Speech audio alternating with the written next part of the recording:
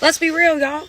Men have one of the most, the Manosphere is one of the most powerful voices on the internet today. Okay. We are hearing what they're saying. They are being very clear about what they like and what they dislike. And I think a lot of women take issue with that because we are not meeting the preferences that they say they want. We are not meeting the standard. If I was meeting the standard, I wouldn't have an issue with your standard because I meet it. But I have issue or take issue with your standard when I don't meet it, when I'm not the preference, when I don't feel like I'm desirable.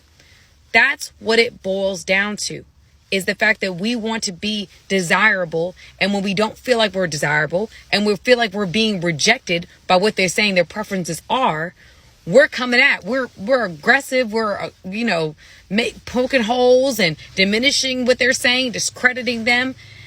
But that's their preference and they're entitled to their preferences.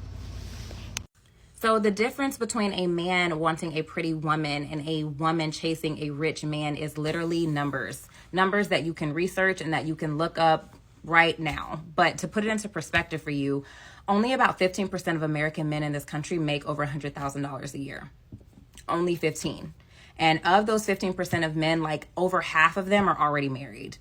And also over half of them are in their 50s and 60s because men do not reach their financial peak in this country until the average age of 57. So the majority of these men are going to be much older. And we haven't even gone down the line of other factors like sexual preference or race or if he's tall enough for you or all of these other things. And let's say you finally do find that rich man that you want. He's going to have 1,000 other women that want him too. So he actually has to want you back. He actually has to be attracted to you as well in the many options that he's going to have as a top earner.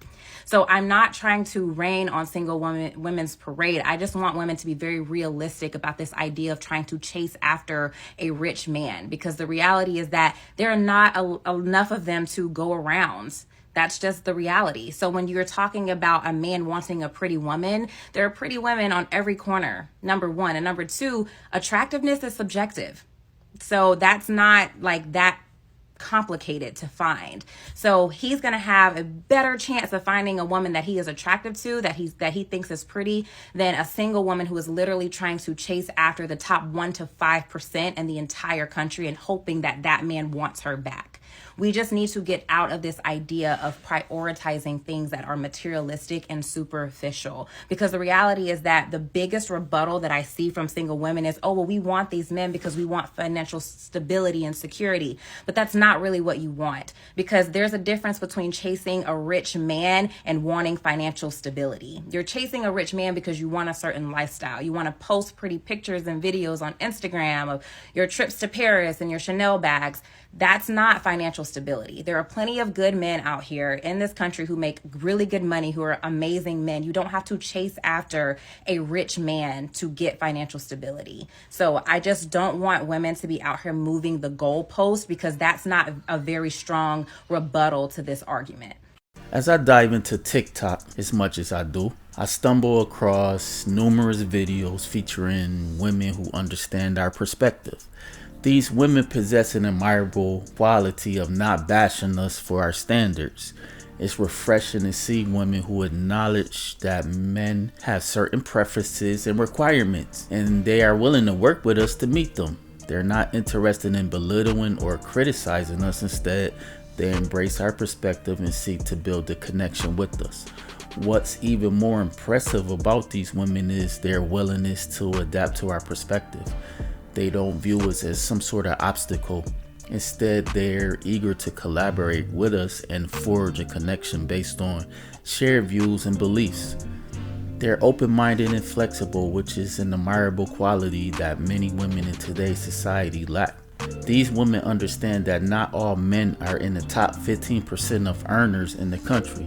They know that some of us struggle to make ends meet and have to work hard to provide for ourselves and our families. However, they don't judge us or view us as inferior because of our financial status. Instead, they're willing to work with us to create a stable and secure future for ourselves and our loved ones. Another thing that impressed me about these women is their physical attractiveness. Of course, this isn't the most important factor, but it's worth mentioning. These women are beautiful both inside and out. They possess an inner strength and resilience that is reflected in their outer beauty. Furthermore, these women understand the importance of building a family and leaving a legacy. They don't just view a relationship as a means to an end. Instead, they value the long-term benefits of building a stable, loving family unit.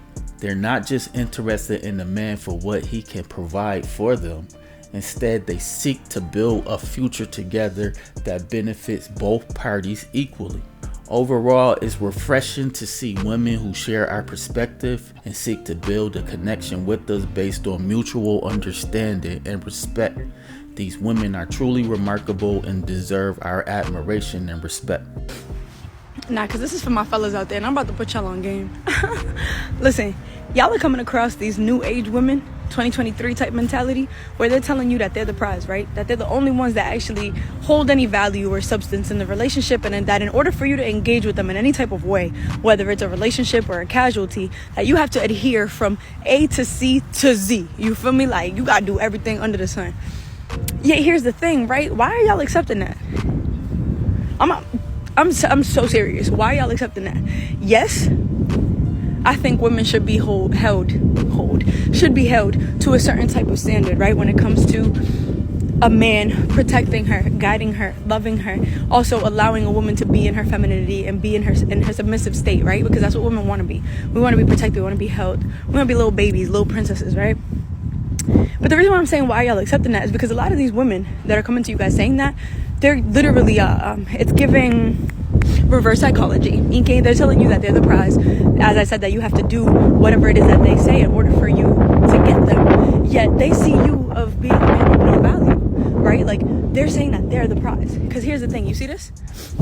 They ain't nobody motherfucking here, okay? And the reason why I've been single for so damn long, and people ask me all the time, is because I have not found or come across or have engaged with anybody who I feel is on that caliber. Therefore, I choose to be alone. You get what I'm saying? Like, I choose to not do that, because why am I going to tell a man that I'm the prize when I don't see him as a prize, and I'm going to make him work for something that realistically he's never going to get?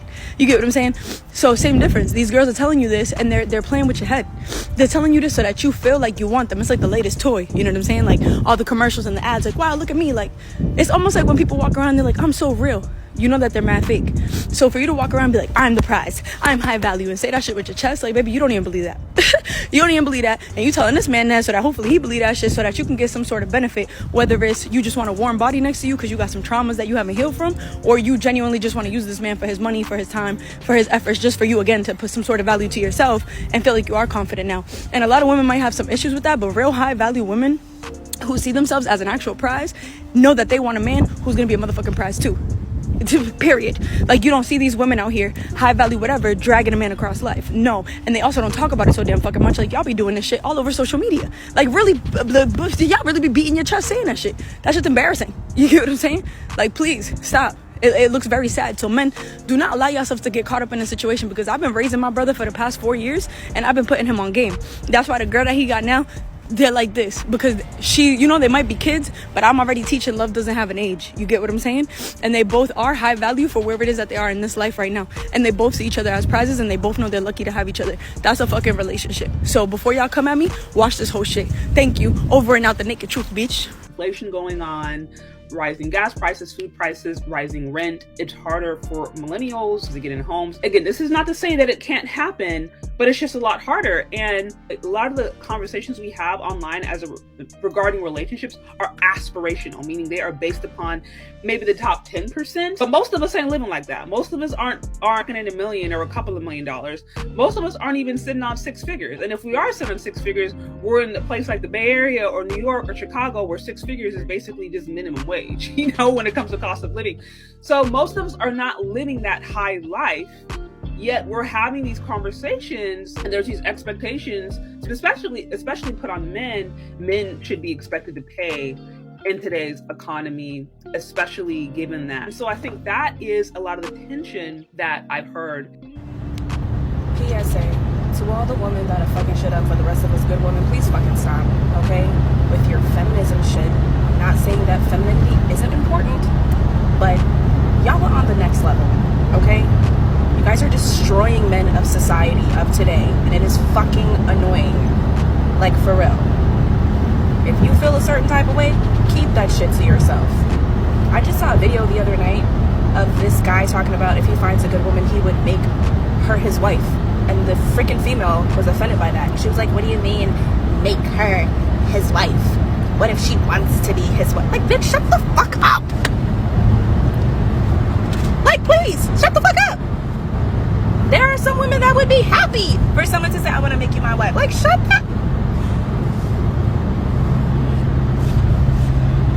I'm telling you, y'all are ruining society. We're doomed. We need to normalize, okay, people living regular lives, because this fucking dog, this social media shit has really gotten out of fucking hand. Y'all think people are just running around here living these glorious ass, fabulous ass lives, okay? We're not. We're not. The truth of the matter is, we're not. Most of us are fucking poor as shit. That's the truth of the reality. Why? Because these jobs don't pay shit. Now, I am thankful enough to have a decently paying job or two. But there's some people out there that don't have that. I drive a regular car. In my last video, that somehow magically blew the fuck up. I don't even know how that happened, but it did. A lot of people were coming for my car. Babes, why would I go out and spend thousands of dollars right now on these expensive ass cars, on these expensive ass places? Why would I do that? Please explain to me why I would put myself in debt to make myself look better for y'all. My nails, this is for me. My hair, this is for me. Those are things I do for me. I could give a fuck, okay, what the thing that I go around in looks like. I don't care. As long as it has 4 wheels, the transmission's not fucked up, I don't give a fuck. I don't care. And actually, the type of car that I have, which is a 2001 Toyota Corolla, that bitch has been rolling forever. Like, I would prefer that car than any of these newer cars, because these newer cars seem to keep breaking fucking down. My car runs forever. People ask to buy my car, as ugly as it is. They ask to buy my car off of me. Why? Because that's how good of a car it is. But that's besides the point. The point is, y'all want the people to have these luxurious ass items, when the truth of the matter is, it just ain't that fucking easy sometimes. It's just not. We're busy trying to survive. You feel me? We don't care about what the next fucking puppies, bro. What the next person thinks about what we're doing. If you're grown, like I said in my last video, there's a lot of shit you don't care about. Like somebody offering your fucking Snapchat or Instagram or social media, or dealing with people who only deal with you based off of what you have. Like, who the fuck is out here really doing that? Y'all need to level the fuck up, okay? And realize people who really have shit in life, really have shit, they're not going out and buying the latest and greatest right away. We save our money, we work hard, so that way in the end, it does pay off. Instead of getting to the end and be like, damn, I spent all my money. What am I gonna do? How am I gonna retire? The fuck? Y'all are weird. Nothing wrong with our mentality. How is he not a provider? Is he still not providing? See, that's the problem with a lot of, especially black women, because you want a man to provide everything by your standards, and if he can't, he's not a provider. When in fact, if you weren't with him, you would be doing 100% by yourself. And this world is not set up for the average income to be enough to survive. Thank you, feminist movement. So we wanted the feminist movement, which now everything went up. Wages, the price of things went up. That's how they did it without you realizing that's what happened. So now we wanted the feminist movement.